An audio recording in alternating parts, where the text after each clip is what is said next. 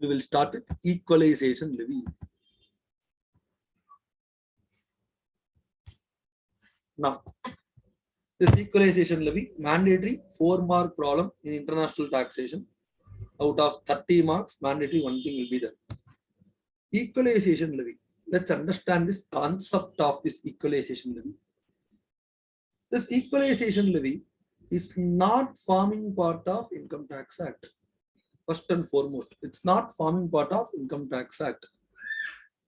It is introduced by way of Finance Act 2016.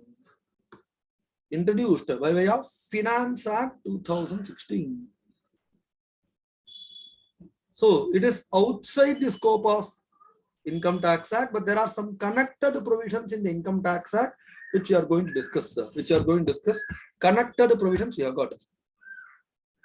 Now, what are those connected provisions? We will take up at the later point in time.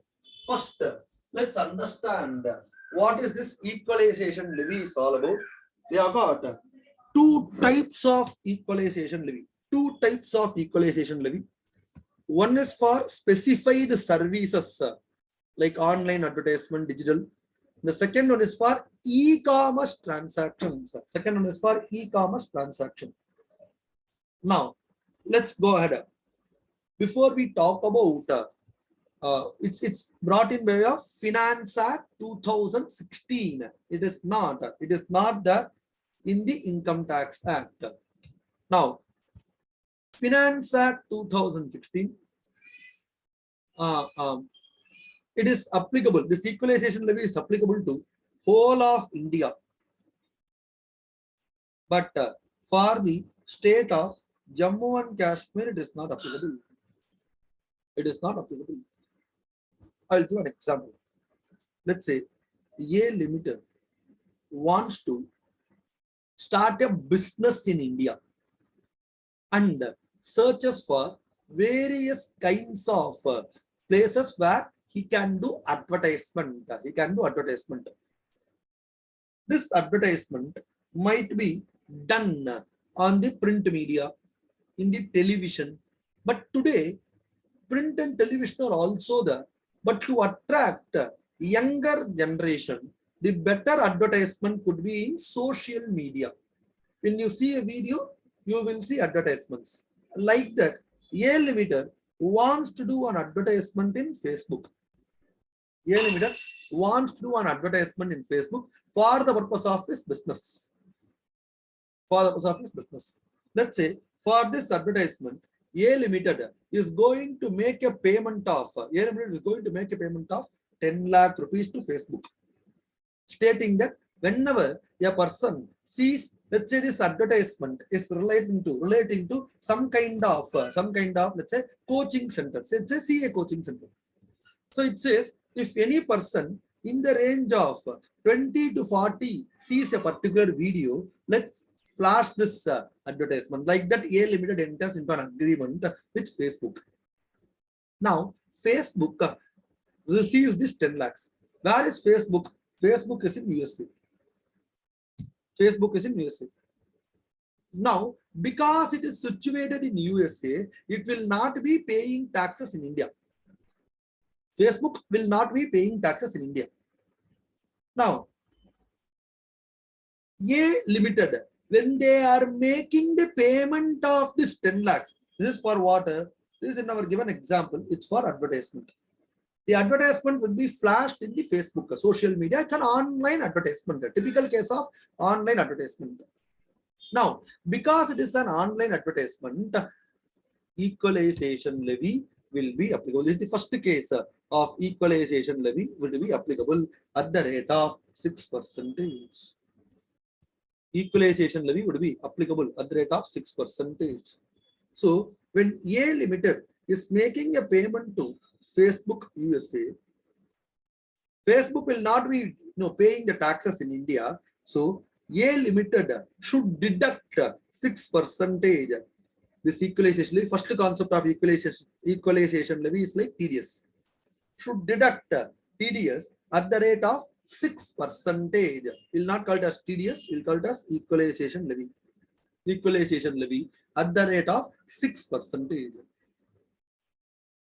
Now, out of 10 lakhs, 6% would be deducted and then the balance would be paid to Facebook. Balance would be paid to Facebook.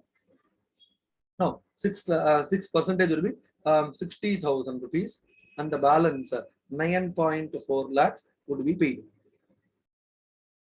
Now, if at all you recollect, friends, we were saying a little bit earlier that it is not forming part of Income Tax Act, it is separately levied. Why it is not forming part of Income Tax Act? It is in Finance Act 2016. Now, understand here, A is making a payment to Facebook for the purpose of his coaching center. He wants to do his coaching center, so he wants to do an advertisement. Facebook is now getting a low. It's like an income tax. It's like a tax that they are deducting and then paying the amount. If it was forming part of Income Tax Act, if this Equalization Levy forms part of Income Tax Act, then what A Limited would do? A Limited will now take up Income Tax Act. See if it is taxable in India, then only will be deducting taxes under Section 195. Sorry, assuming as per Income Tax Act it is taxable or not taxable, whatever it will be. You will also go to DTWA. We just discussed the DTWA also. You will also go to DTWA provisions and check if it is taxable as per DTWA. If it is taxable as per DTWA. Correct? You will also check DTWA. Now, if it is forming part of Finance Act, you will not be getting that beneficial provisions of DTWA. You cannot take up the beneficial provisions of DTWA and then say, I will not pay the taxes because as per DTWA, it is not liable. Like that, you cannot argue. That is the specific reason why Equalization Levy is brought in by way of Finance Act. Equalization Levy, that's the only reason why Equalization Levy has been brought by way of Finance Act, so that people will not get the benefit of double taxation avoidance agreement. Now, as a part of our discussion, the other important point is Facebook. I am paying to USA. There are challenges that we have got on this taxation. If India wants to tax, it is very, very challenging to have these type, because it is a digital transaction. It is a digital transaction. So there are challenges that arises here. Now, the digital economy is growing at a tremendous rate these days. The business are conducted not based on countries, but based on digital domain. And it will therefore very difficult to tax the place where it is located. Physical location doesn't exist. It all takes place on cyberspace. So it becomes very difficult. That's why there is a concept called as BIPS. There is a concept called as BIPS, which is something that we are going to discuss as we go ahead, forming part of our 30 mark in international taxation. Now, BIPS is a recommendation by OECD.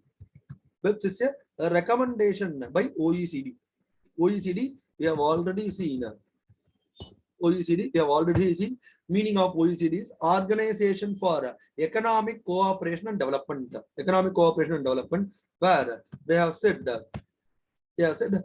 base erosion, profit shifting. This is base erosion, profit shifting. Base erosion and profit shifting happens in case of these type of digital transaction. So OECD recommendation, there are various recommendation, action plans that has been given. One of the recommendation is something similar to Equalization Levy, Now, Equalization Levy, that's the precise point why it is not bought in the Income Tax Act.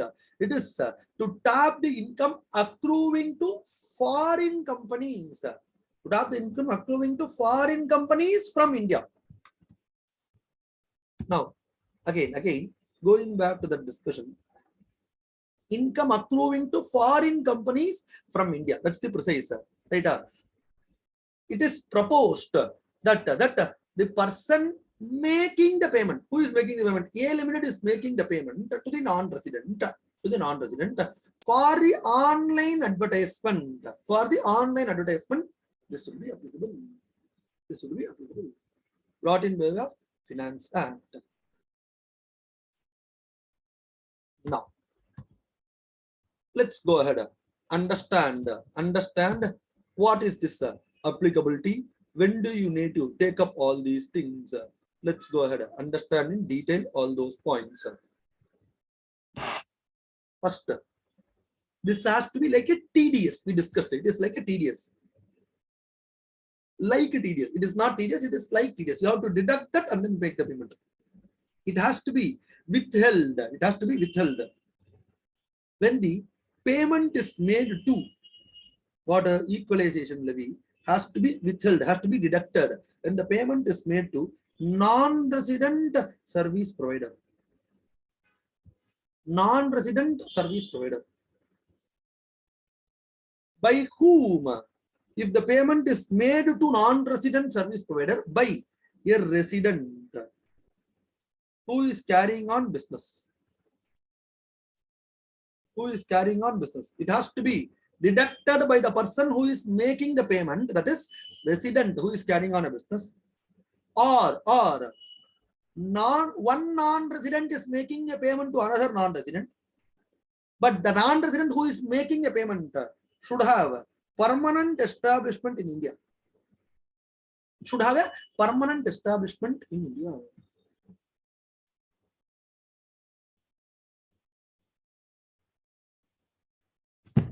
So, if I am making a payment to a non-resident, who is making? Either a resident is making a payment or a non-resident having a permanent establishment in India is making a payment. For what purpose? For what purpose?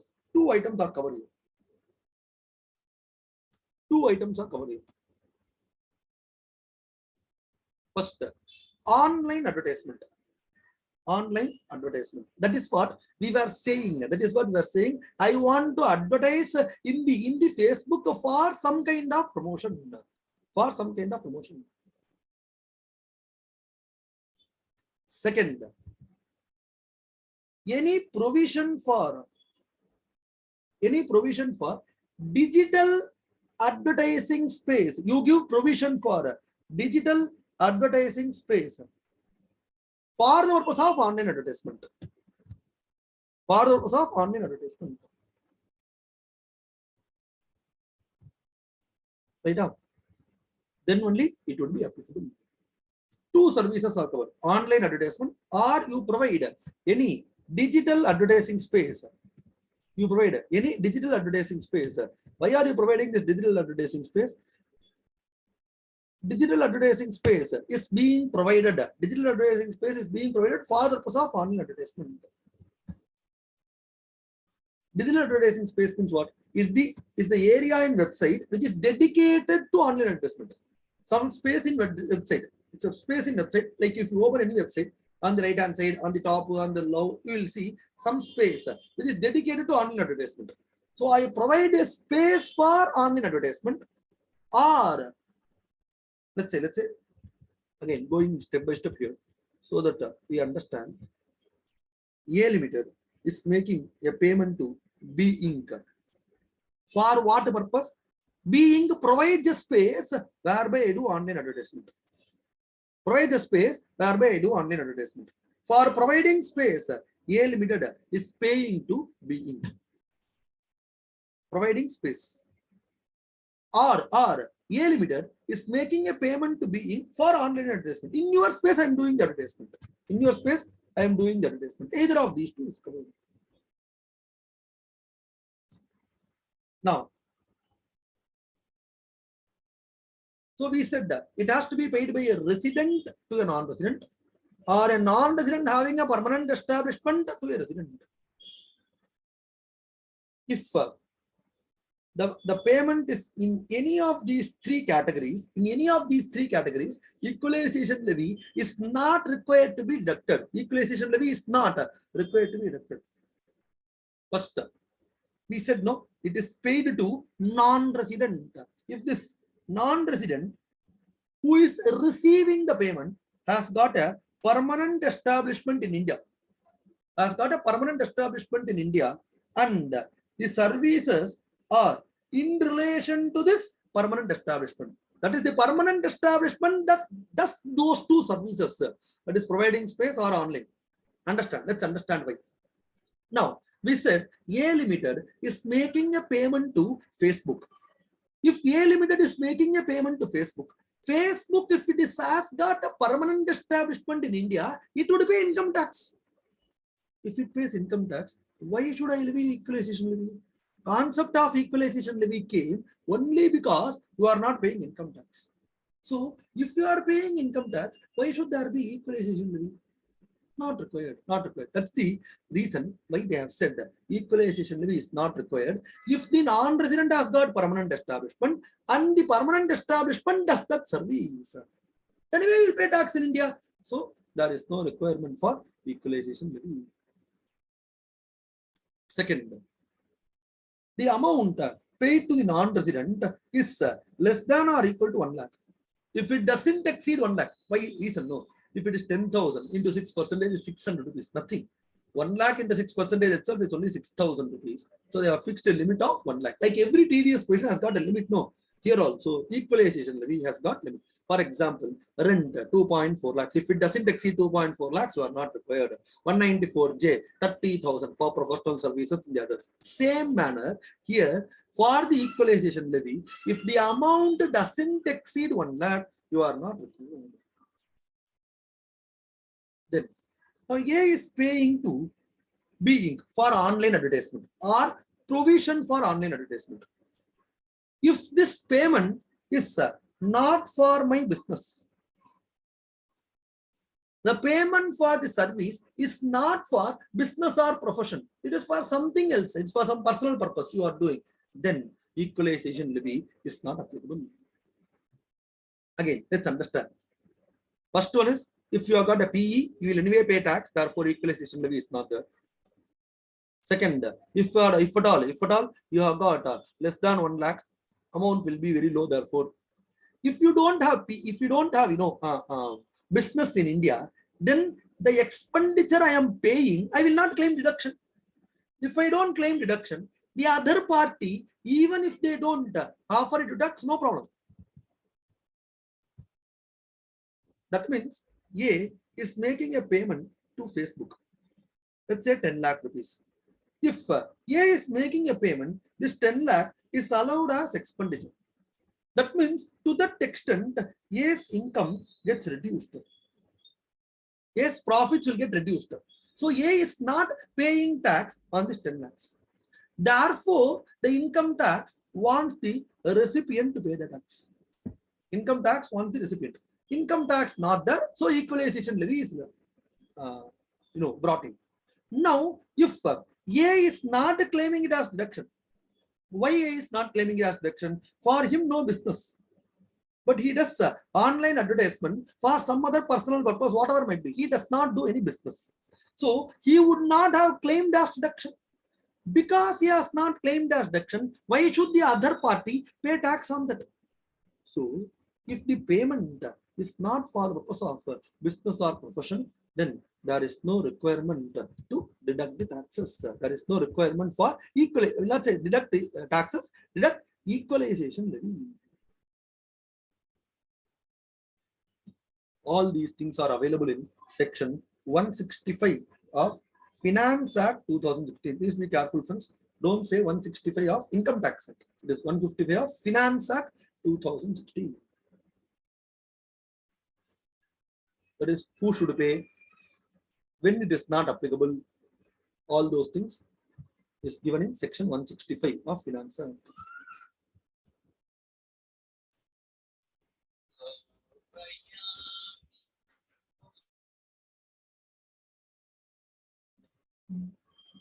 Now, this equalization levy is at the rate of 6% on the gross amount paid.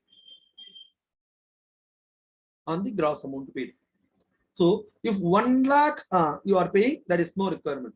If I am paying 10 lakhs, 6% has to be deducted and then the balance to be paid. So 60,000 would be deducted, balance 9.4 lakhs would be paid. Balance 9.4 lakhs would be paid.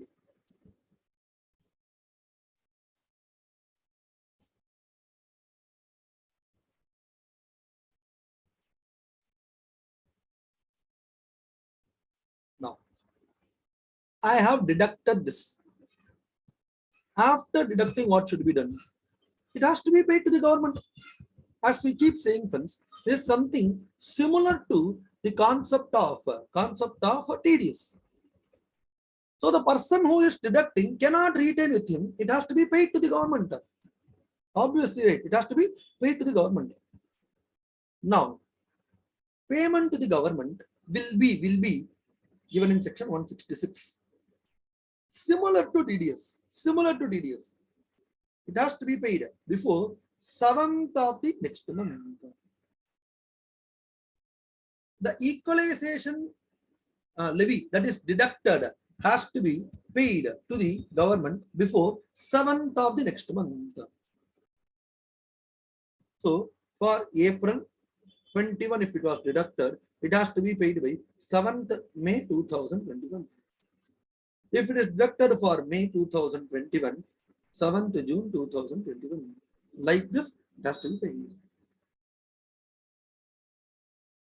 So, equalization levy deducted should be paid before 7th of the next month, given in section 166. All are only Finance Act 2021. Please understand, friends, it's all are only Finance Act 2021. If the payment is not made within that time, so there is a delay. Assessee did not make the payment, there is a delay. Then section 170 tells you that 1% interest per month or part of the month. Interest would be levied under section 170. Again, interest would be same. How do you do? 1% per month or part of the month. On equalization not paid. Whatever amount that you are not paying to the government, on that 1% has to pay simple interest. So even if there is a delay of 1 day, you have to pay 1% interest because it says 1% per month or part of the month. 1% per month or part of the month has to pay a simple interest at the rate of 1% of such levy for every month or part of the month. This is equalization levy given in section 165, which is on specified services, 2 services that we have seen. Then the next one that we will talk about is equalization levy on e-commerce transaction. This was brought in last Finance Act, but it amended Finance Act 2016 only. This is given in section 165A of Finance Act 2016. Please be careful, friends. 165A of Finance Act 2016. Now, again, equalization levy that we discussed, it's like TDS, what we discussed on the specified services. This is something like TCS. You have to collect and then remit to the government. You have to collect and then remit to the government. Now, this equalization levy, this is 165A, will be applicable at the rate of 2%. This equalization levy that we have got will be applicable at the rate of 2%. On what? We are going to discuss at the rate of 2% on the consideration received. On the consideration received by e-commerce operator. When e-commerce operator is receiving his consideration, 2% would be applicable. 2% would be collected. So when the e-commerce operating is receiving consideration for the services made to e-commerce operation will either supply goods or it will supply services. For the supply of goods or services to a resident in India. To resident in India.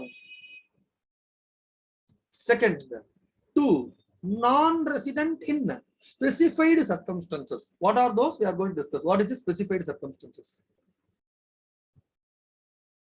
So, e-commerce operator should collect on the consideration received,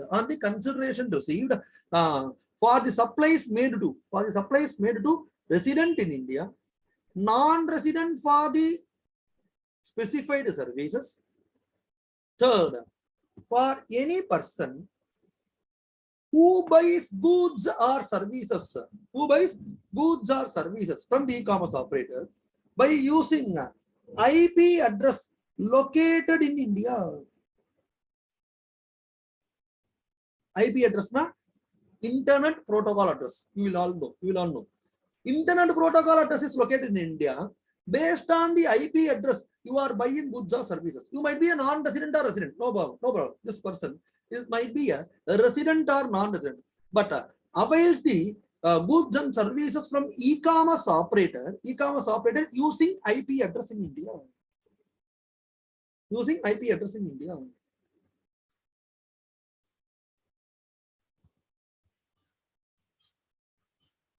This is for section 165A. Says there are few more things that we need to understand in section 165A.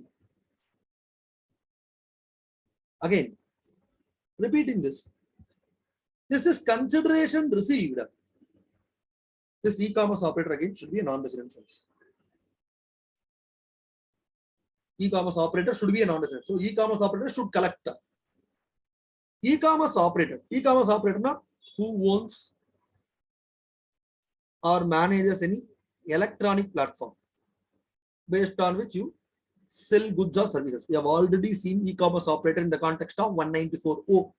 We'll understand the difference between 165A Finance Act and 194O as we go ahead. For supply of goods to a resident in India, non-resident under specified circumstances, or any other person who buys using an internet protocol in India. Any person who buys internet protocol in India. Equalization levy has to be collected in this case. Now, let's understand the meaning of specified circumstances. So, when the non-resident e-commerce operator is collecting this from non-resident only in the specified circumstances. First one. For sale of advertisement. This is for sale of advertisement targeting customer in India.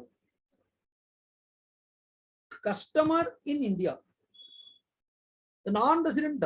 So, e-commerce operator is collecting from non-resident. The non-resident is using the e-commerce platform for sale of his advertisement targeting his customer in India. Who uses IP address in India for the purpose of his advertisement?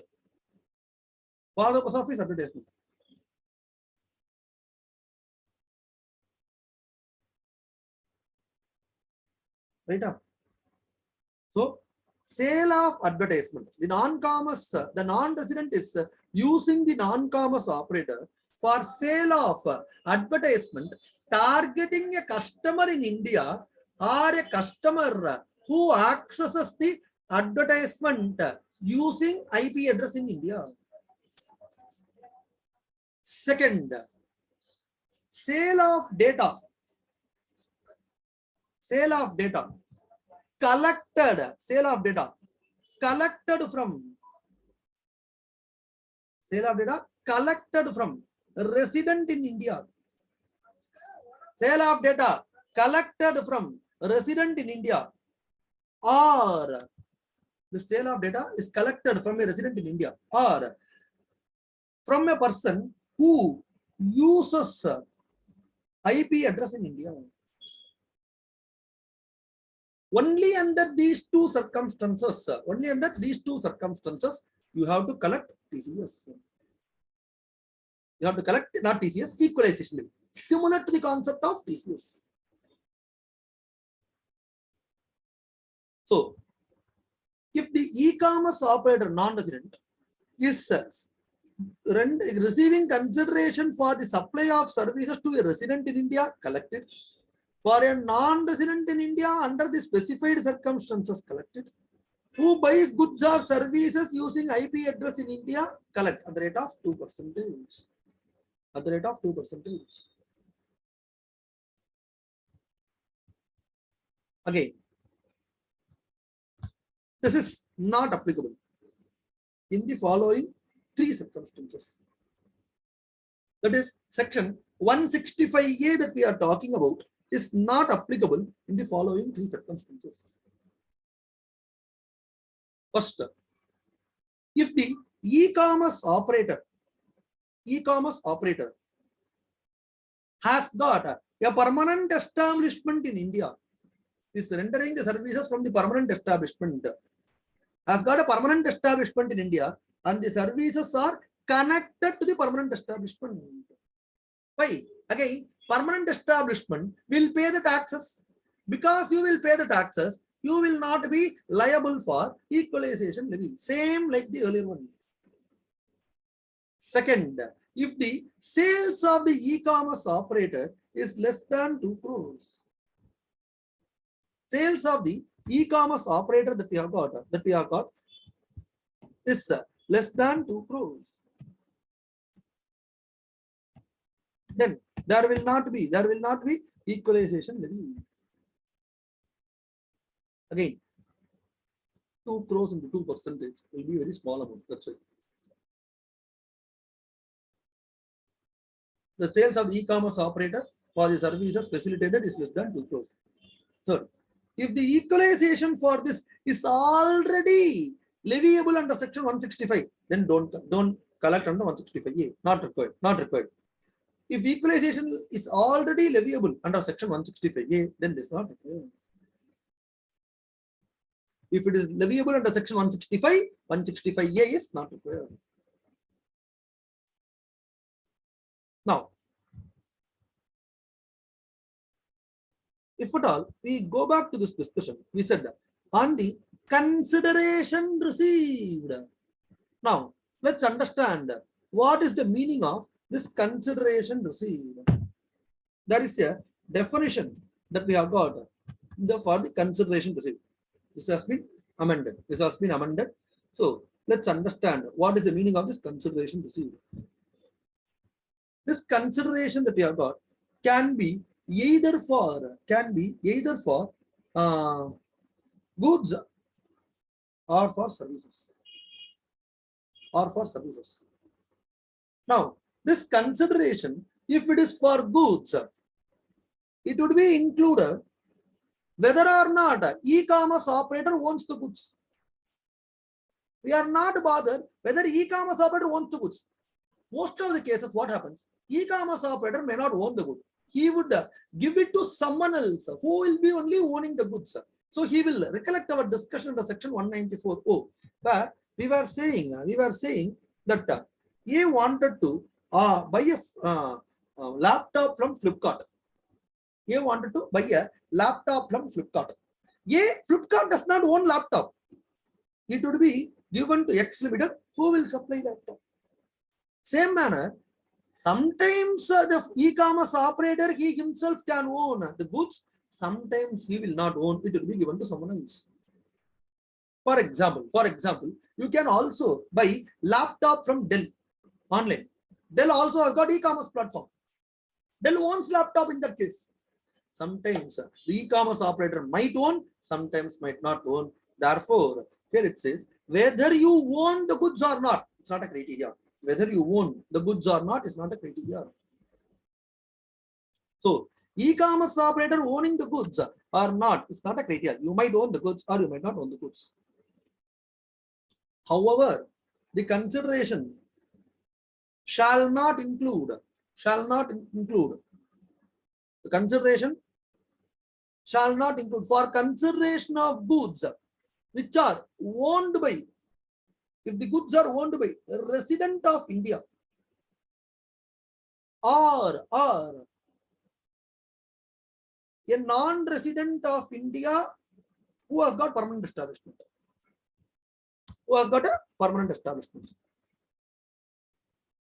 It shall not include consideration for goods which are owned by a resident of India or a non-resident who has got a permanent establishment.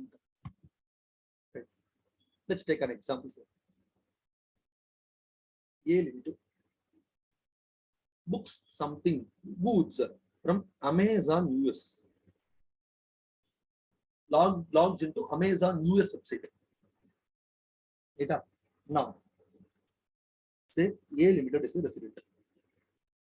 A Limited is the resident. For the purpose of purchase of, let's say, 10 laptops. Now, Amazon US does not own goods. Still, it will be included. Let's say two scenarios. Amazon US asks Dell US to ship the goods to A Limited. It would be included as consideration. Because Dell US, assuming does not have a P in India, it is included as consideration. On this, 2% equalization levy applicable. On this, 2% equalization levy would be applicable. Second case. Let's say Amazon US asks Dell India to supply the laptop. Now, who is owning the goods? It is the goods owned by resident of India. Dell India is a resident of India. Because Dell India is a resident of India, there will not be any liability. For whom? The liability to collect equalization levy will not be there. It is not included as consideration because the goods are owned by resident of India. So on this there will not be equalization levy. So hope you are able to understand this discussion. Same manner. Let's go understand services.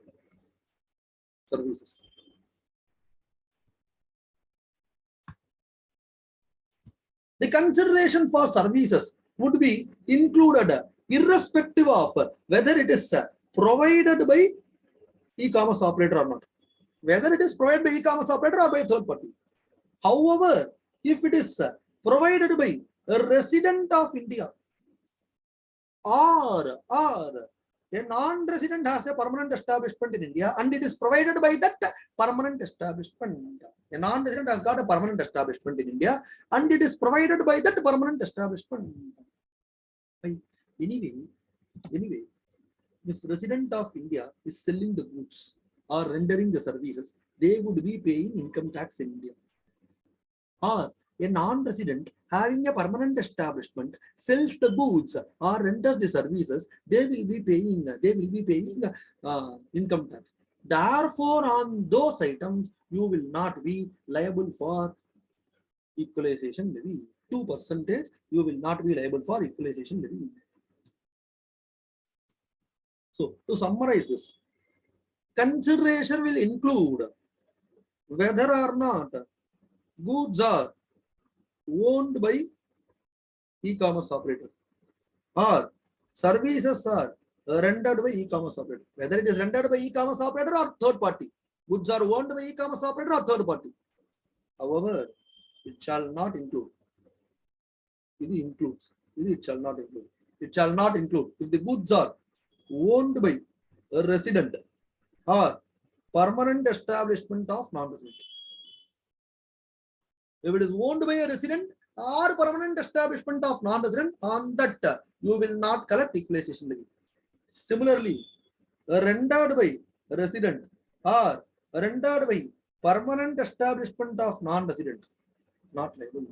Not liable.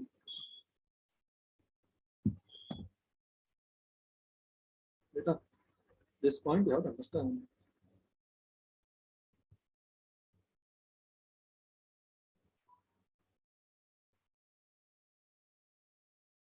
Right. The next one is, we were saying, if an e-commerce operator supplies goods or services, what is the meaning of the supply goods or services? It could be online sale of goods which are owned by e-commerce operator. Online sale of goods which are owned by e-commerce operator. Or online provision of services which are provided by e-commerce operator. The e-commerce operator, he himself will do, or the e-commerce operator, the company itself will do. Third, online sale of goods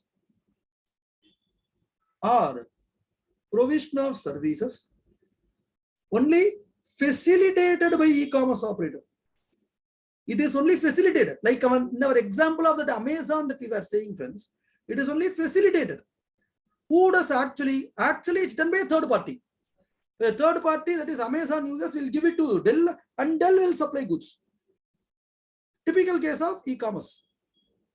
Fourth is combination of any of those three. Combination of any of those three. That means partly goods is owned, partly the goods are owned by e-commerce operator, partly by a third party.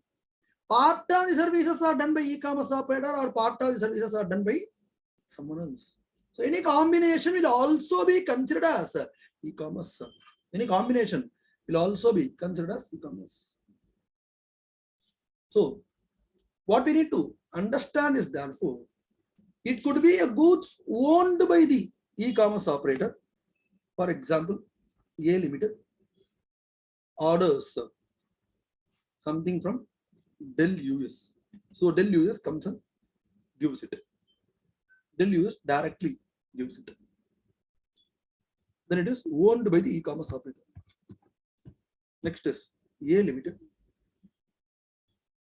asks for some professional services from e-commerce operator, which the e-commerce operator itself does.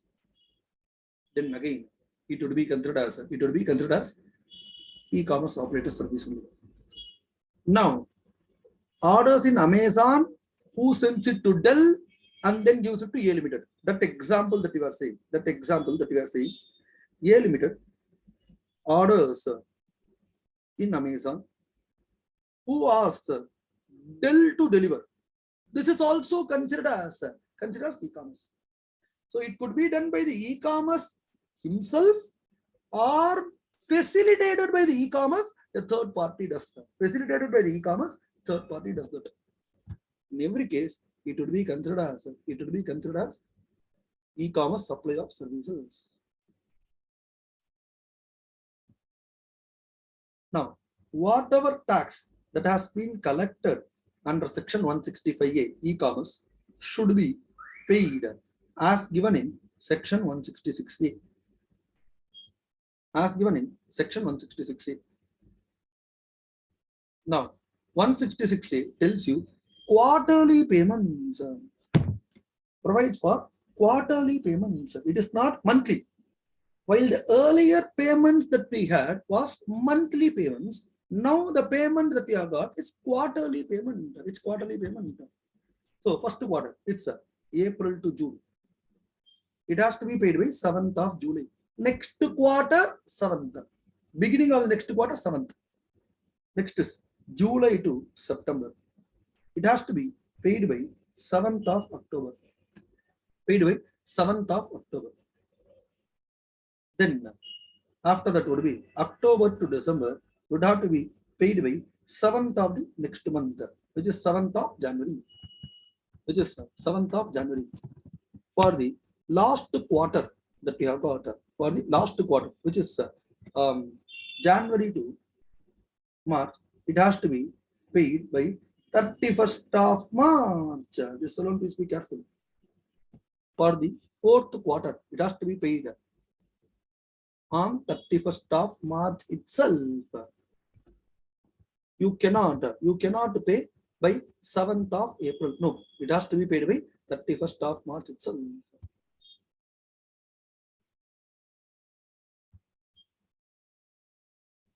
Right? This is given in section 166.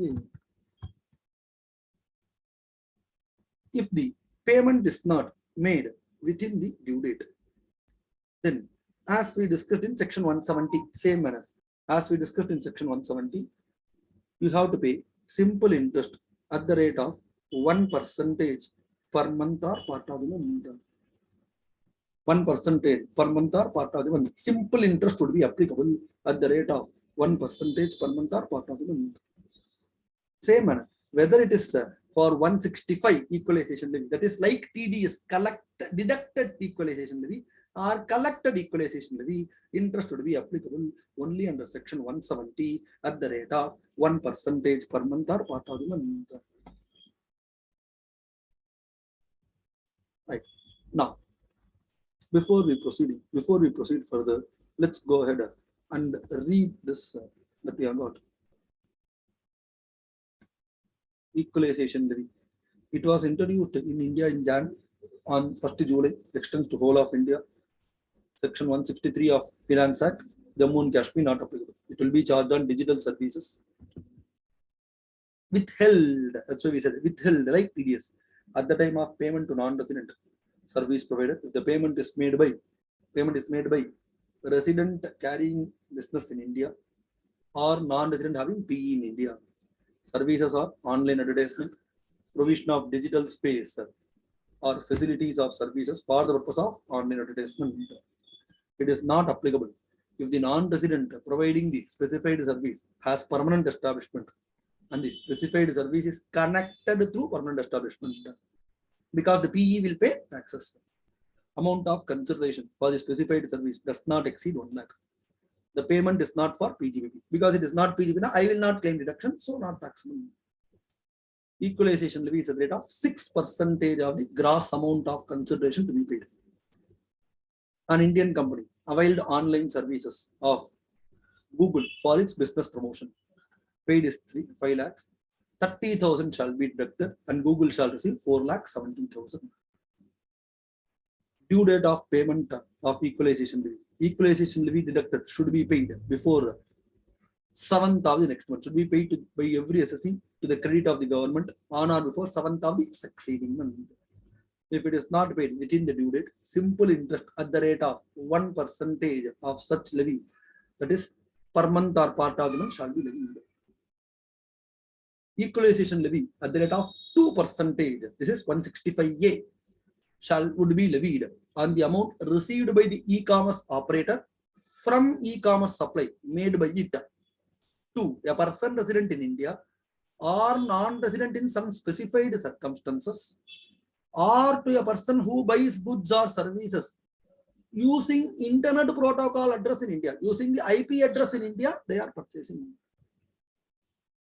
It is not applicable. If the e-commerce operator making or providing or facilitating e-commerce supply or services as a permanent establishment in India, and such supply is from permanent establishment, as you should know, if the permanent establishment pays, then you would be, the permanent establishment renders the services, you would definitely pay the taxes. Therefore, equalization levy not applicable. If the equalization levy is covered under section 165, again under section 165, you don't need to. Sale of e-commerce operator from e-commerce supply or services is less than 2 crores. Equalization levy has to be collected in this case. 165 collected. Specified circumstances. Why are we talking about specified? To the non-resident only in specified circumstances. Sale of advertisement, targeting a customer who is a resident in India or a customer who accesses the advertisement through internet protocol. which is located in India, or sale of data collected from a resident in India, or from a person who uses IP address in India. If at all you use an IP address in India, you will be liable. Consideration would include consideration for goods, irrespective of whether it is owned by the e-commerce operator. We are not bothered with who owns. However, it shall not include the consideration for sale of goods which are owned by a resident in India or a PE of a non-resident if such sale is effectively connected to PE. By resident, if he makes a sale through e-commerce, he will anyway pay tax in India. Non-resident having a PE will pay tax in India. So equalization levy is not a concept of equalization levy is only for those for whom income tax cannot be levied. Now, consideration for services, irrespective of whether or not the services is facilitated by e-commerce operator. However, it shall not include consideration for provision of services which are provided by a non-resident or PE of a non-resident if it is related to a PE of non-resident. Will include online sale of goods owned by the e-commerce operator, online provision of services provided by e-commerce operator, online sale of goods or provision of services facilitated by e-commerce operator. Facilitated, someone else will do this. Any combination of 1, 2, 3, it will all be included.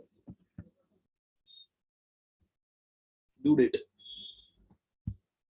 The due date would be quarterly. 30th due date, section 166A. 30th June, 7th of July. 30th September means 7th of October. It's quarter ending. 31st October would be 7th of January. 31st March would be 31st of March itself. If not, again, 1% interest will be applicable.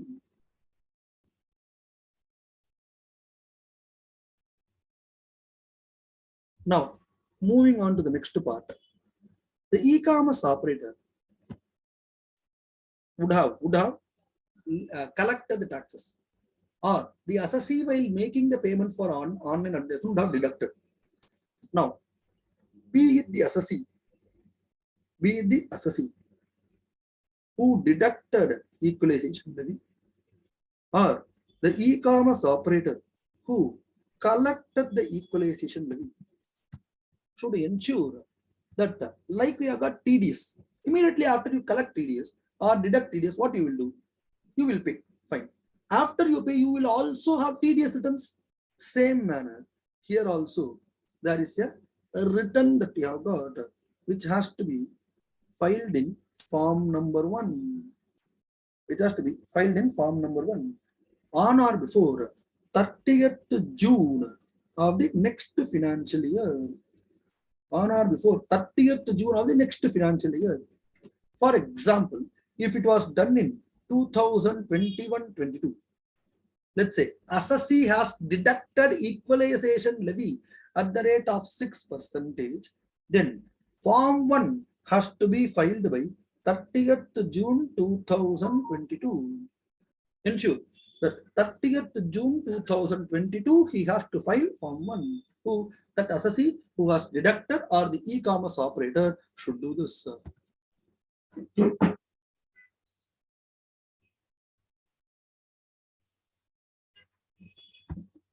If there is a mistake in the return, you have filed wrongly given some name. Assessee has deducted equalization levy. Assessee has deducted equalization levy. But by mistake has given, instead of he deducted from Facebook, but by mistake said that he deducted from Google and then filed.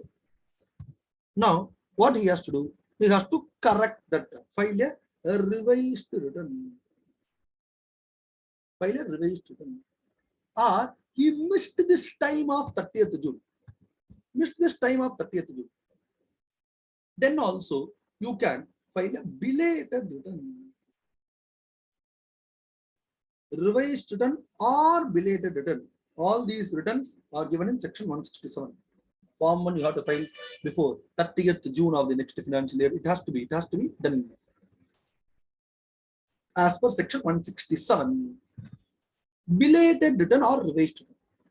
It has to be filed. It has to be filed before 2 years from the end of the financial year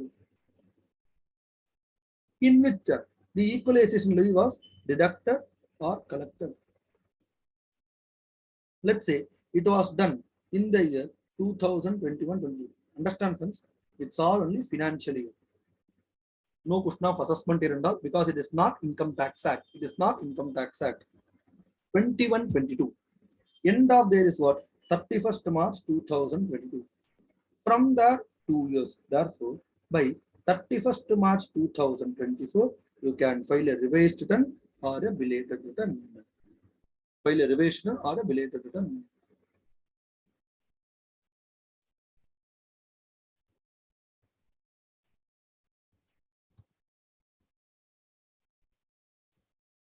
Now, assessee did not file or the e-commerce operator did not file. Then assessing officer can issue a notice to the assessee or e-commerce operator asking them to file Form 1. Notice can be issued by the e-commerce by the assessing officer to the e-commerce operator or to the assessee asking them to file the return. If that notice has been issued, then when the assessee and the assessing officer will issue, only if it is not filed within the prescribed time, that is by 30th June, if it is not filed, he might. Or within 2 years also they are not filed, then the assessing officer can issue a notice. If the notice has been issued, then the form has to be filed by 30th, within 30 days after the receipt of notice. Within 30 days after the receipt of notice, this form has to be filed. Recollect our discussion, no? Section 142, subsection 1, which has 3 notices. The first notice, if the assessee has not filed the return of income, then the assessing officer can issue a notice asking the assessee to file the return of income. You have forgotten your job of filing the return. Someone can come and tell, kindly see you are not filed the return. I am serving a notice, file the return. Like for example, when you were in school, you don't study properly. Someone will come and tell, your parents will come and tell, you are not studying, please start studying. In the same manner, if the assessee has not filed the return of income, then the notice will come from the assessing officer asking you to file the return of income. All given in section 167. All given in section 167. The moment the return of income is filed, income tax return filed, there will be processing of returns. TDS returns, processing of returns. Same manner. This processing of returns happens in section 168. Processing of returns will happen in section 168. First step. Very simple here. 4 points that you need to understand. Any arithmetical error that you have got in computing, it will be computed. It will be computed. That means, for example, someone comes and taps saying that you have to prepare for your examination. You write your examination. Someone has to validate whether you have written the examination correctly or not. No, same manner. The return has been filed. It will be processed, validated. First, all the arithmetical errors that you have got, equalization levy shall be computed after adjusting the arithmetical errors.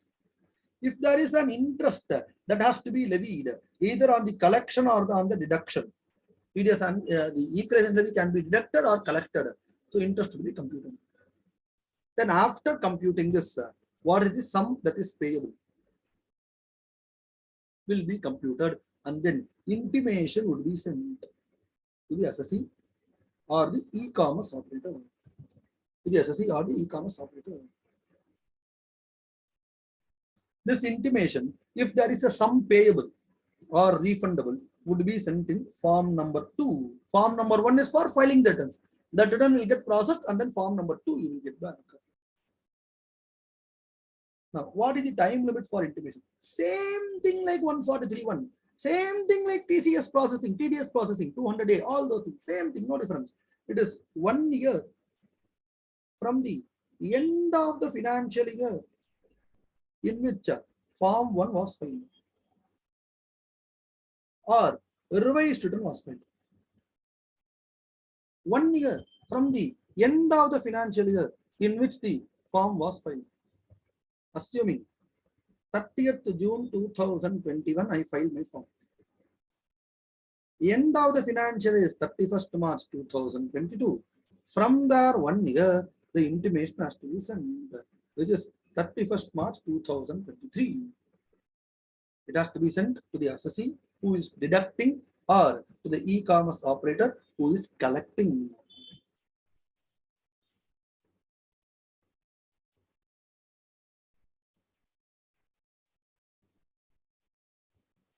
This is given in section 168. So you file the returns, immediately it is processed. In that processing, the intimation, there is an error. There is an error. Mistake apparent from record. What happens? It has to be rectified. Section 169. Rectification of mistake. Section 169. Rectification of mistake.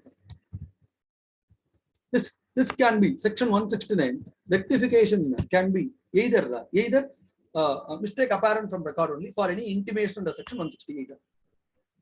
It has to be amended within 1 year from the end of financial year in which intimation was sent. Time limit is 1 year. In this is the intimation was. So, assuming in our given case, friends, the return was filed on 30th June. Return was filed on 30th June. End of the financial year is 31st March 2022. Within 1 year, 31st March 2023, intimation has to be sent. Assuming 15th January 2023, intimation was sent. And the mistake is found out. Mistake is found out. You have to correct that mistake. It has to be corrected. It has to be corrected within 1 year from the end of the year. End of the year is what? 31st March 2023. From there 1 year, which is by 31st March 2024, this intimation has to be corrected. This intimation has to be corrected. Who will correct it? Of course, it has to be corrected only by the assessing officer. Who can point out? Suyamoto assessing officer himself finds out the mistake, he can do, or application by the assessee, Suyamoto, the assessing officer himself can do this, or application by the assessee. Now, if the rectification is going to increase the tax payable, then opportunity of being heard has to be given. Same thing, opportunity of being heard has to be given. That is very simple. That's very simple. So what are we discussing? We discussed section 167 about filing the returns. Then 168 about processing the returns. If the returns gets processed and there is a rectification, that has to be done in 169. It has to be done in 169. Then section 170. Section 170. Section 170 tells you that apart from payment of interest, there will also be a penalty. Section 170 we discussed interest, payment of interest. Now 171 is penalty. This penalty. In case the assessee does not deduct the tax, deduct the equalization levy, or does not pay the equalization levy, does not deduct the equalization levy, or does not collect the equalization levy, non-deduction or non-collection will be liable for penalty. First penalty. There are two things here: non-deduction or non-collection. Penalty can be levied up to the equalization levy. What is the amount of equalization levy? To that extent you can do. I'll give an example. Let's say A is paying to Facebook 10 lakh rupees. A is paying to Facebook 10 lakh rupees. On this 10 lakhs, you have to deduct 6%. You did not deduct. So you will be liable for interest, 170 interest. Apart from that, penalty would also be applicable. This penalty would be maximum to the extent of equalization levy. 60% would be 60,000. Maximum it can be only 60,000. Cannot exceed 60,000. Maximum it can be only 60,000. Cannot exceed 60,000.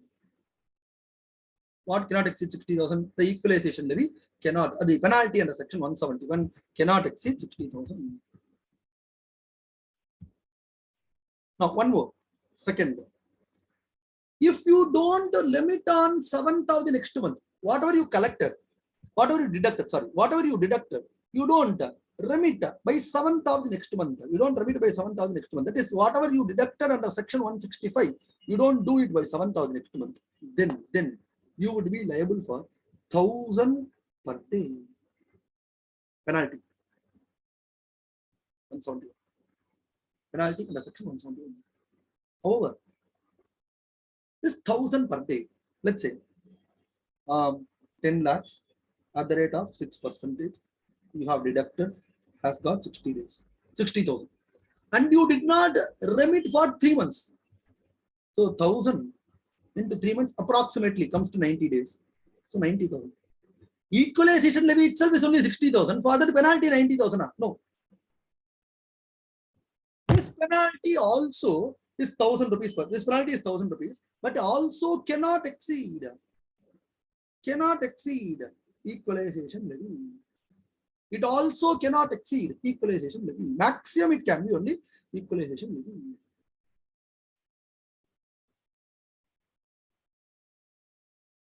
Right?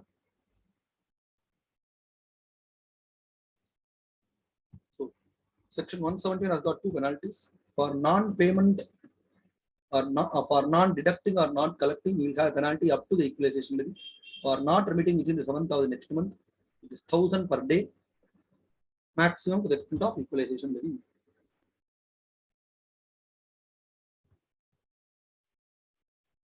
Next, one more penalty that you have got is section 172. Penalty that you have got in section 172.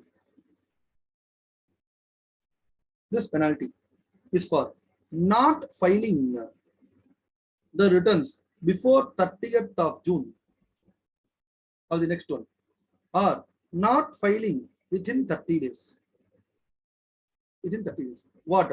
You have not filed your form 1 before 30th June of the next financial year. You are not filed. Someone comes and reminds. Assessing officer comes and reminds. See, you are not filed.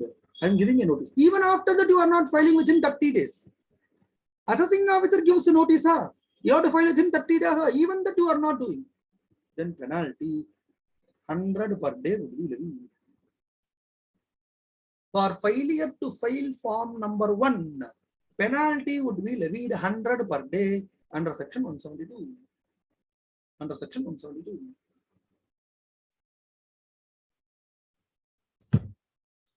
Any penalty you have got, friends, any penalty you have got, you cannot levy without an opportunity of being heard. And if there is a reasonable cause for not filing, penalty cannot be levied. Given in section 173. Here also. Just step by step. Just going step by step. 167 is filing the returns.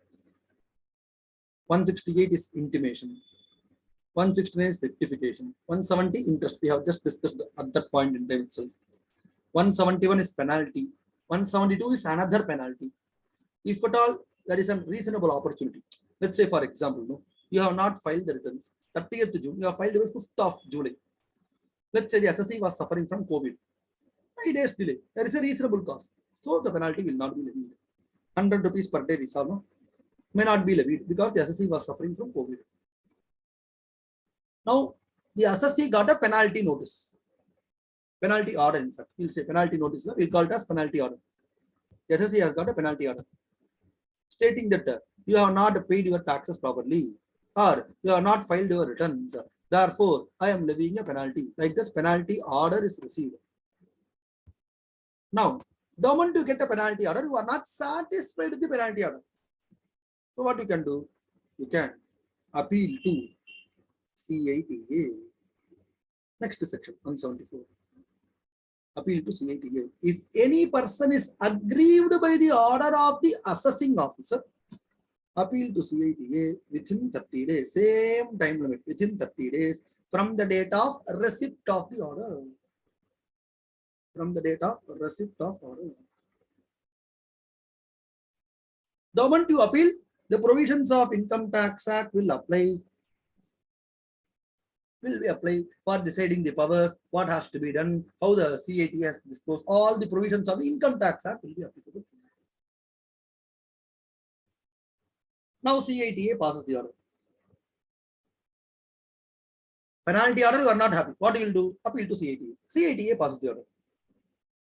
Now CATA will pass the order either in favor of the assessee or in favor of the Income Tax Department. If at all you are aggrieved by the order of CATA, then what you can do? Appeal to ITAT.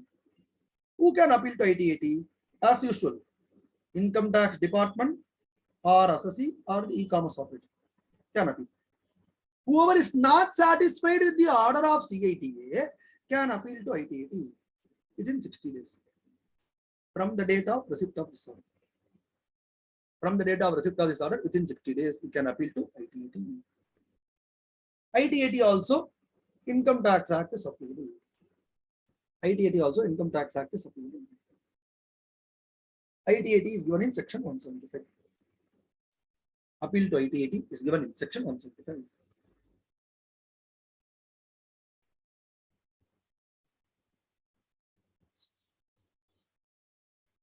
So, penalty levied, not happy, go to CATA. CATA gives in your favor, Income Tax Department not happy, go to ITAT. CATA gives in Income Tax Department favor, you are not happy, go to ITAT. After ITAT, no other, it's all, stops there. You cannot proceed further. For Equalization Levy, you cannot proceed further.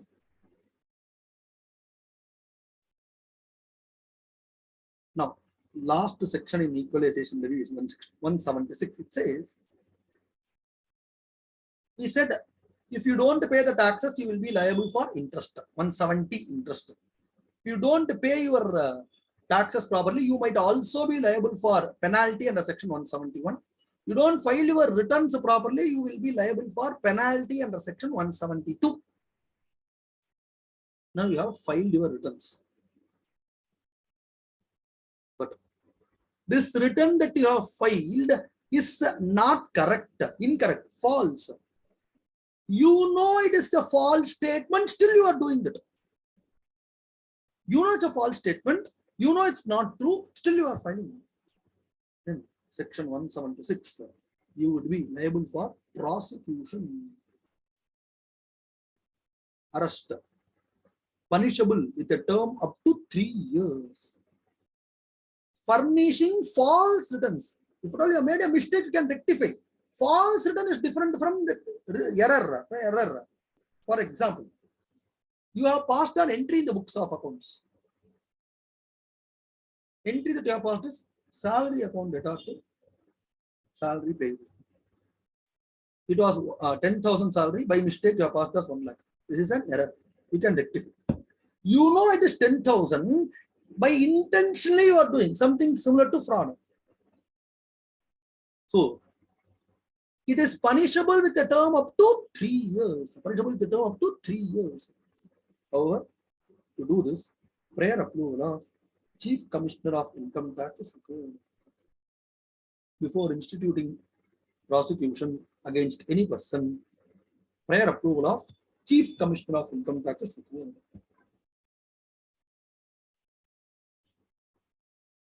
With this, Equalization Levy chapter is over, but we have got some connected provisions.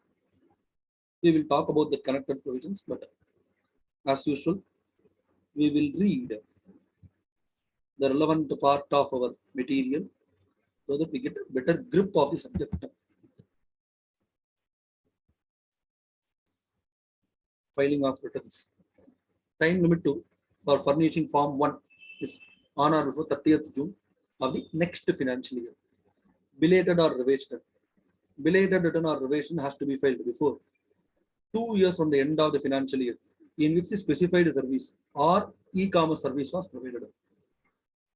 Where any assessee or e-commerce fails to furnish within the time limit, assessing officer can service a notice asking them to file within 30 days from the date of receipt of the notice. Processing of returns. It will be processed. For any arithmetical errors, it will be processed. Interest, it has to be computed. Then some payable or refund will be determined. After that, intimation has to be sent. Intimation has to be sent before 1 year from the end of the financial year in which the statement is furnished. Notice of demand in Form 2. Like 156 in Income Tax Act we have got for notice of demand, here it is in Form 2. Then the next one that we have got is penalty for non-deduction or non-payment. For failure to deduct or pay equalization levy. Apart from equalization levy and interest, apart from that interest, we will also be liable for penalty equal to the amount of equalization that he has failed to deduct or pay. Failed to remit before 7th of the next month. Apart from the equalization levy, penalty of 1000 per day. It cannot exceed equalization levy. Both cannot exceed equalization levy. Penalty for not filing Form 172. Please, section keeps on increasing. You have to remember one section, it just keeps on increasing itself. For failure to file the returns within 30th June of the next year or within 30 days from the date of receipt of the notice. Assessing officers remains. Please, you have not filed. I am reminding you. Then you will be liable for penalty of 100 per day. This 1000 per day for not paying within the due date, 100 per day for not filing the returns. No penalty if there is a reasonable cause. Opportunity of being heard should be given. Not satisfied with the penalty, appeal to CITU. Any person aggrieved by the order of penalty may appeal to CITU within 30 days from the date of receipt of the assessing officer order. The provisions of Income Tax Act 249 to 251 shall be applied. We have discussed this in appeals and revisions. Agreed by the order of CIT. Any person agreed by, who will be agreed? Either the assessee or the Income Tax Department, including the Income Tax Department, can appeal to ITAT within 60 days from the date of receipt of the order. The provisions of 253 to 255, again discussed, shall be applicable. Furnishing false returns. In the following cases, it shall be punishable with a term which may extend to 3 years and also with a fine. Files a false return in any verification under this chapter or any other rules. Files an account or statement which is false and which he either knows or believes to be false or does not believe to be true. Prior sanction of Chief Commissioner of Income Tax is required before instituting prosecution under any person. Related provisions.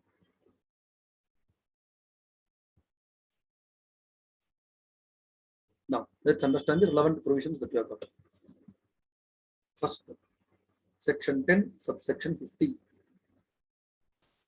10, subsection 50. If in case of any service, TDS, equalization levy has been deducted or it has been collected, then that income is not chargeable to tax.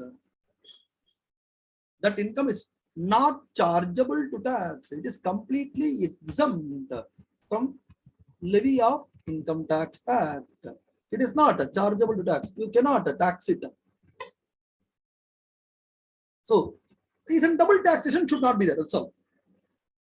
If tax has been deducted or tax has been collected, then as per as equalization levy, then section 10 subsection 50 of the Income Tax Act says it will not be liable for tax. It will not be liable for tax.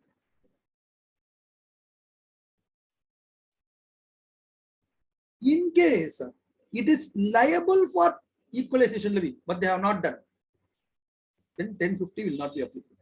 I'll give an example. A Limited pays to Facebook. Without DD, without deducting equalization levy, it paid. Then, if it then for Facebook, subsection 10, subsection 50 is not applicable. That means it is not exempt. It is not exempt. In case of transaction in which equalization levy is not attracted, the provisions of Income Tax Act will not be applicable. I'll give an example. Till 2 crores we said you are not required to collect. Till 1 lakh we said you are not required to deduct. In those cases, 1050 will not be applicable. That means you will be liable for, you will not be eligible for exemption. We said no. Equalization levy till 1 lakh, you don't need to deduct. You don't need to deduct. In that case, For the Facebook, who is getting, let's say, 95,000 rupees, it might not be, it is not exempt. Similarly, for the e-commerce operator whose income is less than 2 crores, it is not eligible for exemption under section 10 subsection 15. Next, the next part of discussion is, let's say, friends,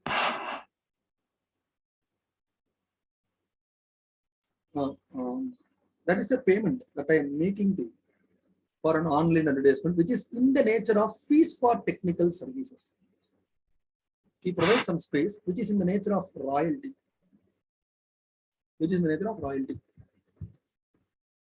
Income arising from providing the specified services or e-commerce operator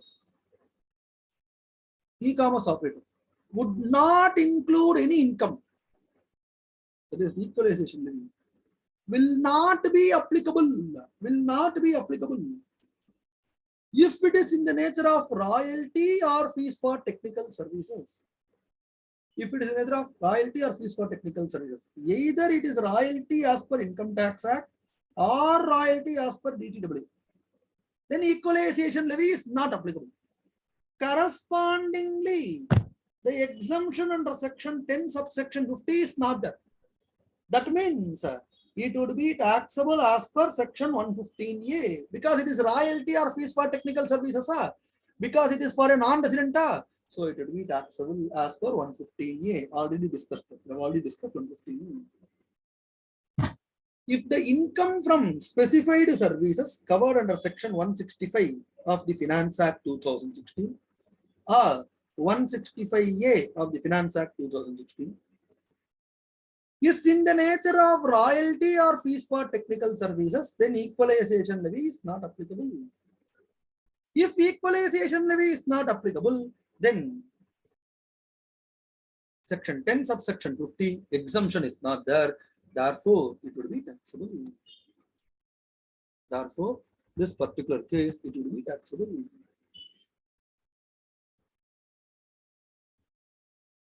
Hope you are able to appreciate this discussion.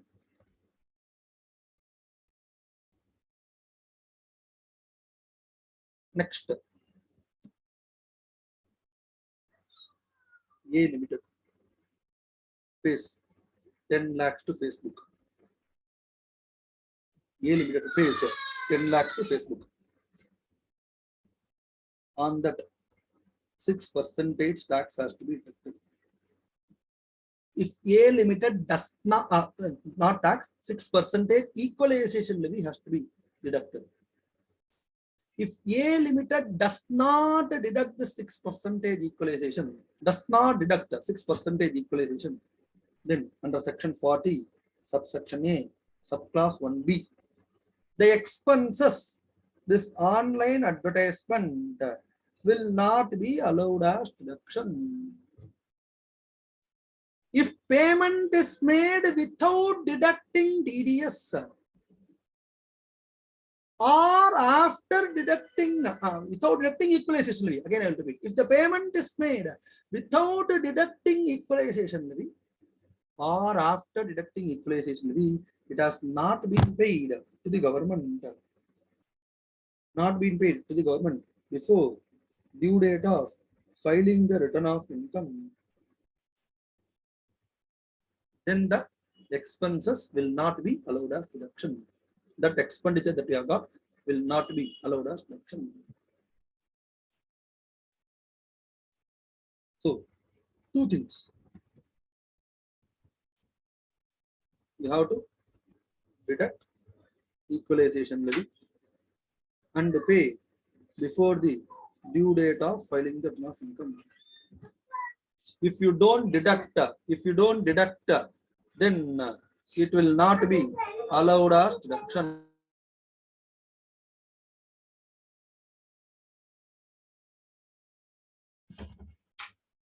If you don't deduct, entire 10 lakhs would be disallowed.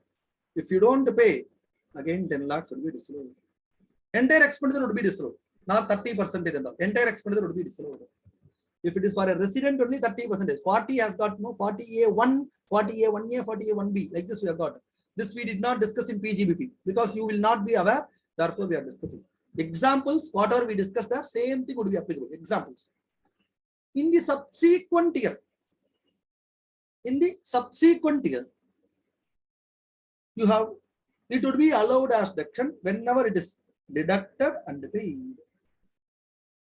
Subsequently, in respect of equalization has been deducted in the subsequent year, or it has been paid, deducted and paid in the subsequent year, then it is allowed as deduction in the year in which it is paid to government. Same thing, like TDS.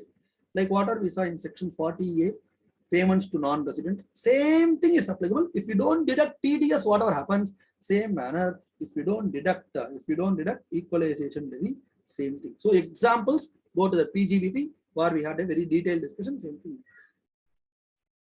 It is only in respect of specified services. That is only for 165. This disallowance should be there.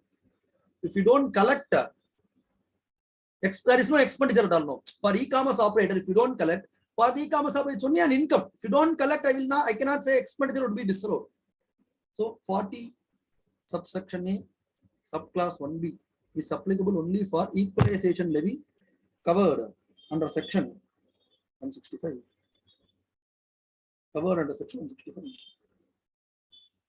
So equalization has not been deducted. If it is not collected, there cannot be a disallowance.